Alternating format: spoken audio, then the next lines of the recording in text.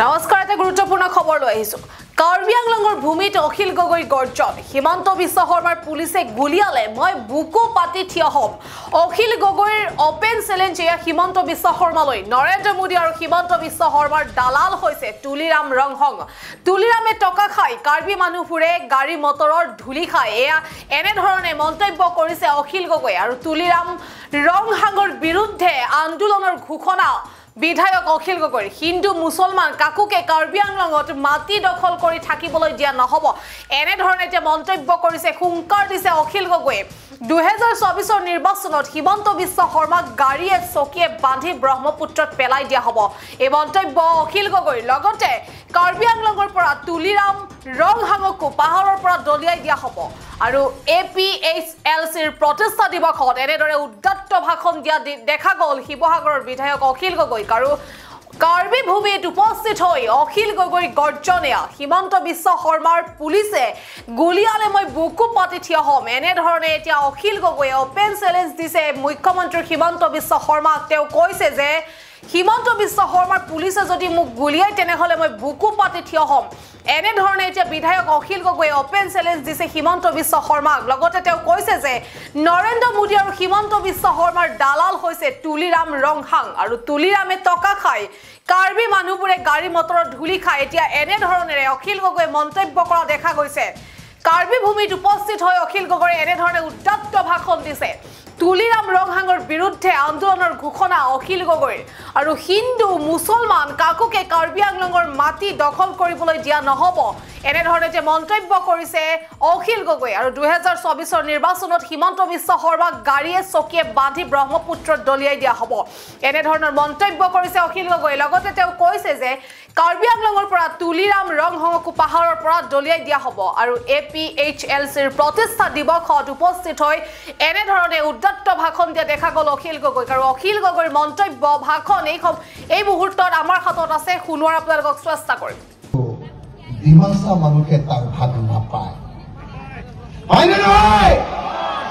অকল খালি হিমন্ত আৰু নৰেন্দ্ৰ মোদীৰ দালাল কেইটামান, তুলিৰাম ৰংহাঙৰ নিচিনা দালাল কেইটামান টকা পায়, আৰু বাকী কাৰ্বি মানুহে অকল খালি সেই কয়লা ভাবিলৈ আহি থকা গাড়ীবিলাকৰ অকল ধূলিবিলাকহে খাবলৈ পায়, হয়নে নহয়? হয়নে নহয়? হয়নে নহয়? হয়নে নহয়?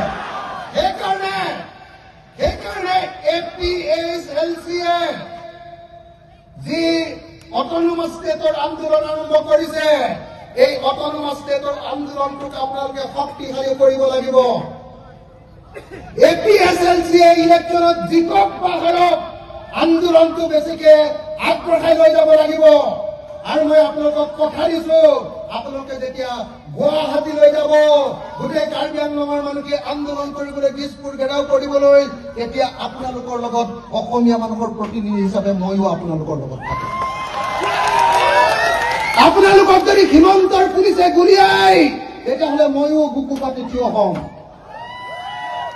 সেইকাৰণে মই APHLCৰ চেয়াৰমেন, APHLCৰ সভাপতি, APHLCৰ সভাপতি জনছ ইন্টি কাটাৰ ডাঙৰীয়াক ক'ব খুজিছো যে অকল ইলেকশ্যনত লাগি থাকিলে নহ'ব, ইলেকশ্যনত লাগি থাকক, কিন্তু তাৰ লগে লগে ডাঙৰ ডাঙৰ বিশাল বিশাল ৰাজনৈতিক সমাৱেশ আৰু ৰাজনৈতিক আন্দোলন আমি গঢ়ি তুলিব লাগিব, যাতে এটা নিৰ্দিষ্ট সময়ৰ ভিতৰত কাৰ্বি আংলঙে 244A অধীনত ষ্টেট উইদিন ষ্টেট লাভ কৰিব পাৰে।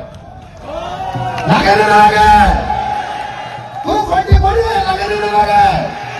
ষ্টেট উইদিন ষ্টেট লাগে নে নালাগে?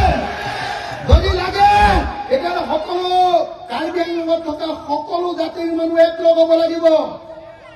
কিন্তু মই এটা কথা স্পষ্টকে কৈ দিছো, অকল কাৰ্বি মানুহ নহয়, কাৰ্বিৰ লগতে আন কুকিকে ধৰি যিমান কাৰ্বি আংলঙত থকা জাতি জনগোষ্ঠীৰ মানুহ আছে, সকলোকে ভাই ভাই ৰূপে দেখিব পাৰিব লাগিব। আপোনালোকে পাৰিবনে নাই?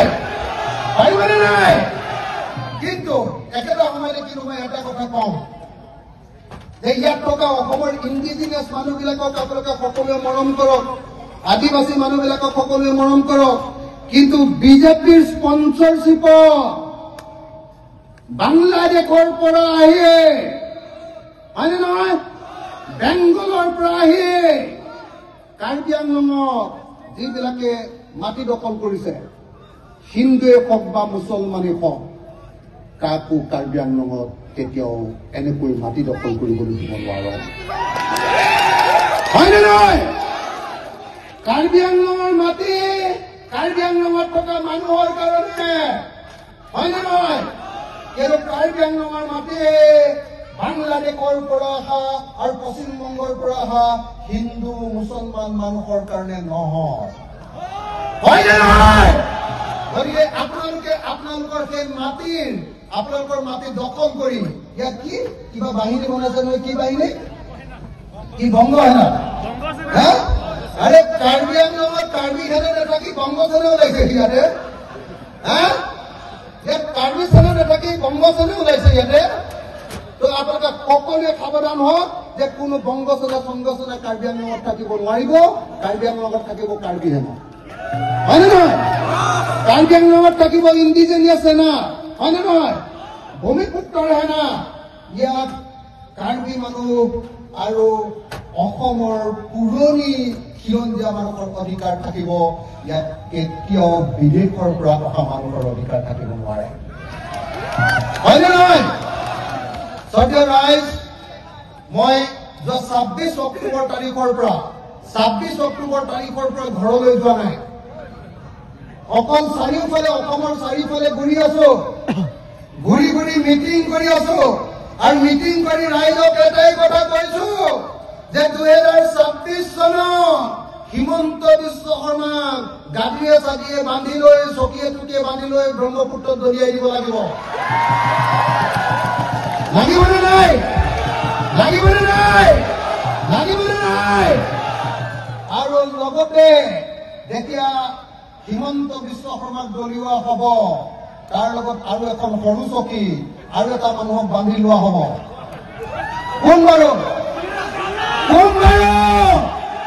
কাৰ্বি আংলঙৰ পৰা আৰু এটা মানুহক বান্ধি লোৱা হ'ব। তুলিৰাম ৰঙাগকো একেখন হিমন্ত বিশ্ব শৰ্মাৰ কাষতে থকা চকী এখনক, হয়নে নহয়, বান্ধি লোৱা হ'ব। আৰু অসমৰ চব মানুহবিলাকে কাৰ্বি, ডিমাচা, কুকি চব মানুহবিলাকে এনেকে ধৰি ব্ৰহ্মপুত্ৰলৈ এনেকে দলিয়াই দিব। হয়নে নহয়? হয়নে নহয়? মই সকলো ৰাইজকে 26 চনৰ নিৰ্বাচনত একো নেচাবৰ কাৰণে কেৱল আৰু কেৱল APHLCক ভোট দিবৰ কাৰণে মই আপোনালোকক আহ্বান জনাইছো। আৰু মই নিজে আহি 26 চনৰ ইলেকশ্যনত APHLCৰ কাৰণে কেম্পেইন কৰিম। আপোনালোকৰ ঘৰবিলাকলৈ যাম, আপোনালোকৰ গাঁৱলৈ যাম, আপোনালোকৰ চহৰলৈ যাম আৰু কাৰ্বি আংলঙৰ পৰা তুলিৰাম ৰঙাগক পাহাৰৰ পৰা দলিয়াই দিয়াৰ ব্যৱস্থা গ্ৰহণ কৰিম। হ'বনে? হ'বনে নহ'ব? আৰু 2 নম্বৰ, কাৰ্বি সাহিত্য শাসিত পৰিষদটো কেইটামান দালালৰ হাতত এৰি দিয়াটো ভাল হোৱা নাই, হয়নে নহয়? এইবাৰ কাৰ্বি সাহিত্য শাসিত পৰিষদ, কাৰ্বি আংলং অট'নমাছ কাউন্সিলখন আমি অতি সোনকালে আমাৰ APHLCৰ হাতলৈ অনাৰ ব্যৱস্থা কৰিব লাগে। লাগেনে নালাগে? লাগেনে নালাগে? লাগেনে নালাগে? সকলোৱে আমি এই সাহিত্য শাসিত পৰিষদখন আনিব লাগিব। আৰু আনি লৈ এইখন কাৰ্বি মানুহ আৰু কাৰ্বি আংলঙত থকা মানুহৰ অধিকাৰৰ কাৰণে কামত ল'ব লাগিব। কাকো দালালি কৰিবৰ কাৰণে এইখন এৰি দিব নালাগিব।